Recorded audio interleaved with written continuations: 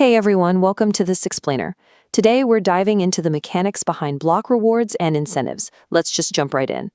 Mining burns electricity and expensive hardware. So why do people do it? Follow the money. I mean, when you really think about the sheer scale of global crypto mining, we're talking literal warehouses packed with servers, just burning through massive, massive amounts of power. Sometimes these operations rival the energy use of entire small countries.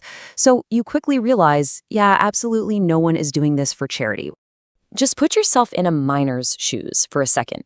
On one side of the equation, you've got these staggering costs. You have to buy all this specialized hardware, run massive cooling systems so things don't literally melt down, and pay those eye-watering electricity bills.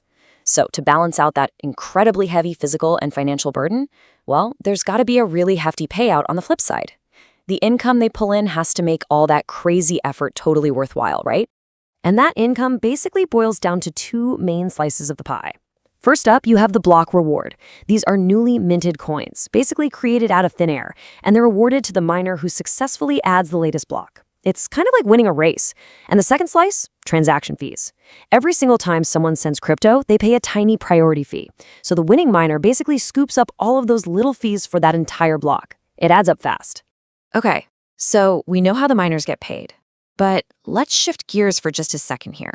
Why do these financial rewards actually matter to you, to me, or to anyone else using the blockchain? Like, if this is all just about a few people making a quick buck in a noisy server room somewhere, why on earth is the entire system built this way? Well, the crucial point is that this system is practically a masterclass in behavioral economics. By tying this massive, undeniable profit motive directly to the process, the network incentivizes thousands of people all over the world to plug in their machines. And that completely selfish pursuit of income? It actually generates a monumental amount of computing power. And here is the real magic trick.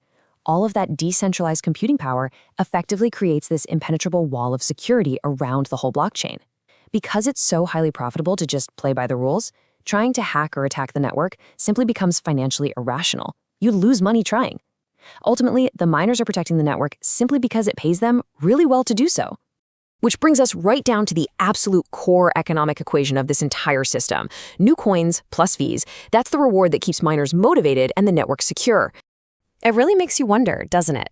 Is financial self-interest actually the ultimate tool for digital security? It is just such a fascinating, almost backwards way to build trust in a totally trustless digital world.